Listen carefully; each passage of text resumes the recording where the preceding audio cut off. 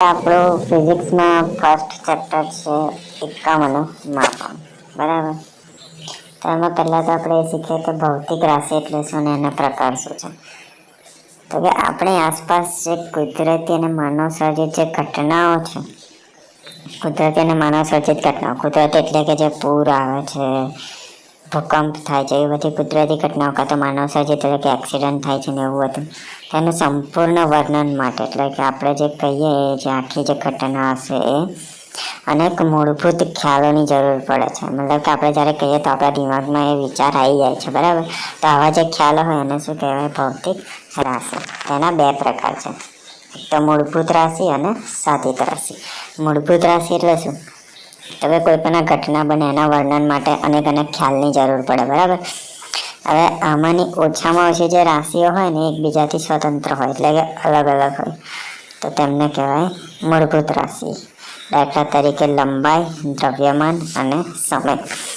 મતલબ કે જો આ ત્રણ અલગ અલગ હોય, આપણે એવું વિચારીએ કંઈ પણ થયું છે, બરાબર, એક્સિડન્ટ, તો આપણને એવો ખ્યાલ આવે કે કયા સમયમાં થયો હશે, કઈ જગ્યાએ થયો હશે. આ એકબીજાથી અલગ અલગ વસ્તુઓ છે, બરાબર, જેને કહેવાય મૂળભૂત રાશિ. જે સાધિત રાશિ. સાધિત રાશિ એટલે કે જે મૂળભૂત રાશિઓની મદદથી થતી હોય, બરાબર. આવી જે રાશિઓ હોય એને સાધિત રાશિ કહેવાય. મતલબ કે મૂળભૂત રાશિની મદદથી સાધિત રાશિ થાય છે. દાખલા તરીકે વેગ છે, પ્રવેગ છે, બળ છે, કાર્ય છે, કાર્યત્વ એટલે કે પાવર. મતલબ કે સમય, કેટલા સમયમાં આટલું કાર્ય થશે, એવું બધું જે હોય એવી બધી રાશિ, બરાબર. એકમ એટલે શું? સૌથી પહેલાં તો આંતરરાષ્ટ્રીય એટલે કે ઇન્ટરનેશનલ જે રીતે સ્વીકારેલ એક માપ છે. કોઈ પણ વસ્તુ હોય એનું માપ તો હોય કે આટલું છે. હવે આપણે કહીએ કેવી રીતે કે આટલું છે, પણ કેટલું છે? હવે મીટરમાં છે, કિલોમીટરમાં છે, કેટલામાં છે? તારો વજન કેટલો છે? 40 એવું કહી દઈએ, પણ શામાં? કિલોગ્રામ, ગ્રામ, શામાં છે વજન? એ બધા જે એકમો, એ બધું જે આવે ને એને કહેવાય એકમ. મતલબ કે કિલોગ્રામ છે, ગ્રામ છે, એ બધું, બરાબર.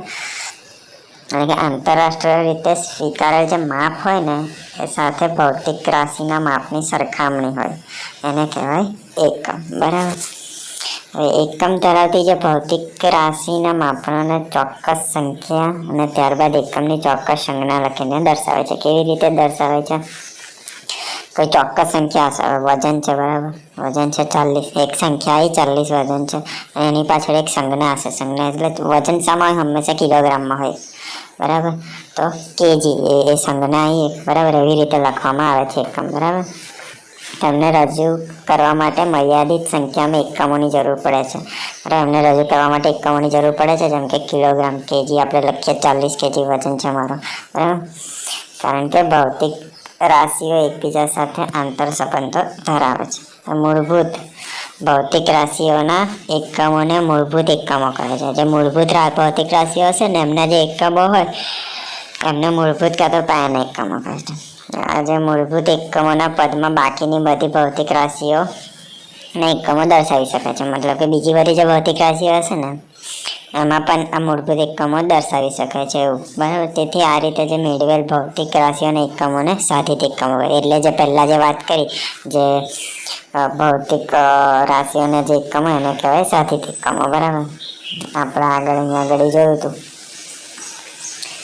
કે મૂળભૂત રાશિઓના મદદથી ભૌતિક રાશિ થાય છે, તો પછી મૂળભૂત રાશિના જે એકમો હશે એ સાધિત રાશિના એકમો હશે એ કહી શકાય, બરાબર. હવે એકમ પદ્ધતિ એટલે શું? એકમ પદ્ધતિ એટલે શું કે મૂળભૂત એકમો અને સાધિત એકમો જે અલગ અલગ હોય, બરાબર, એનો જે ભેગો જે સમૂહ હોય એને કહેવાય એકમ પદ્ધતિ, બરાબર. જુદા જુદા દેશના અલગ અલગ જે વૈજ્ઞાનિકો હોય એ માપન કરવા માટે, મતલબ કે માપવા માટે અલગ અલગ પોતપોતાની અલગ અલગ રીતથી માપતા હતા, બરાબર. હવે એવું હોવું જોઈએ કે દુનિયામાં કોઈ એક જ માપ પદ્ધતિ હોવી જોઈએ, પણ એવું નહીં. બધા વૈજ્ઞાનિકો પોતપોતાની રીતે અલગ અલગ રીતે માપતા હતા. એટલે ઘણા વર્ષો પહેલાં એક પદ્ધતિ આવી, બરાબર છે.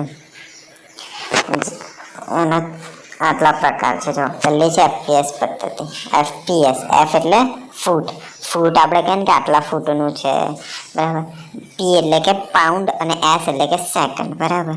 આ બહારના દેશોમાં વપરાય છે. બ્રિટિશ પદ્ધતિ છે, એટલે કે બહારના દેશોમાં વપરાય છે, બરાબર.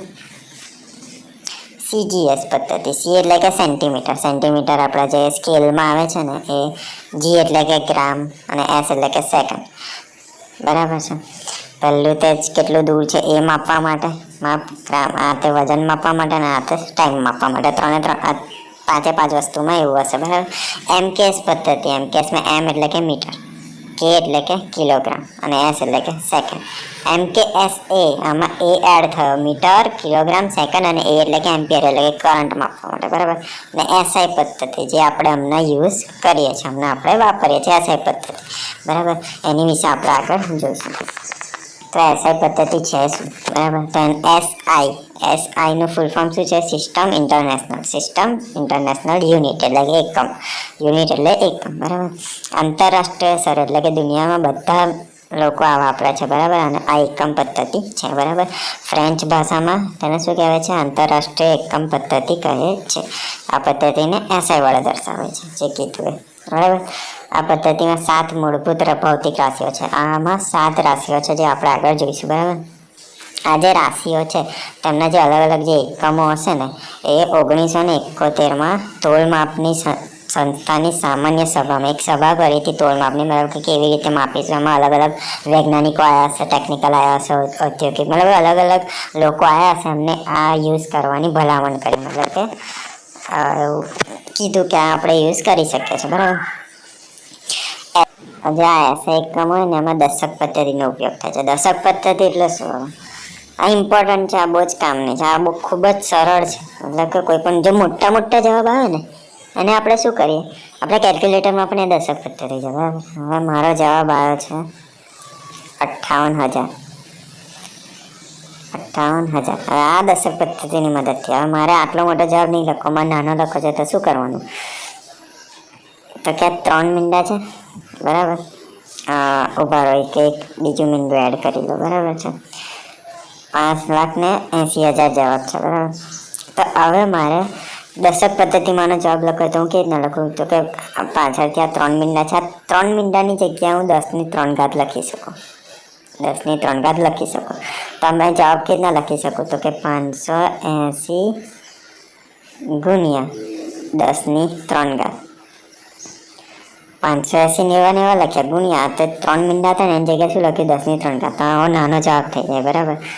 તેવી રીતે મતલબ કે દશક પદ્ધતિ આપણે આગળ સારી રીતે સમજીશું. હવે અલગ અલગ અહીંયા આગળ ભૌતિક રાશિઓ છે, જેમ કે લંબાઈ છે. બરાબર છે. એનો એકમ શું છે? તો કે મીટર, એમ વડે દર્શાવે. પછી દળ એટલે કે વજન જે હોય એનો એકમ કિલોગ્રામ છે, કેજી. સમય, ટાઈમ જે હોય સેકન્ડ, એનો એકમ છે એસ વડે દર્શાવે છે. બરાબર. વિદ્યુત પ્રવાહ એટલે કે કરંટ, એનો એમ્પિયર છે, એ વડે દર્શાવે છે. પછી તાપમાન એટલે કે હમણાં કેટલી ગરમી છે, કેટલી ઠંડી છે, એ કેલ્વિન, કે આપણે અમુક વાર ફોનમાં જોતા ડિગ્રી સેલ્સિયસ એવું લખેલું હોય. બરાબર છે. એવું. દ્રવ્યનો જથ્થો એ મોલમાં દર્શાવાય છે. પછી જ્યોતિ તીવ્રતા એટલે કે જે લાઇટ હોય ને એ કેન્ડલ એટલે કે સીડી વડે દર્શાવે છે. બરાબર. હવે આજે દ્રવ્યના જથ્થાનો જે એસઆઈ એકમ મોલ છે. બરાબર. દ્રવ્યના જથ્થાનો એસઆઈ એકમ મોલ છે. હવે આની અંદર છે ને આની અલગ અલગ મતલબ કે એ છે, મતલબ કે 1 મોલ જે અણુઓ હોય ને,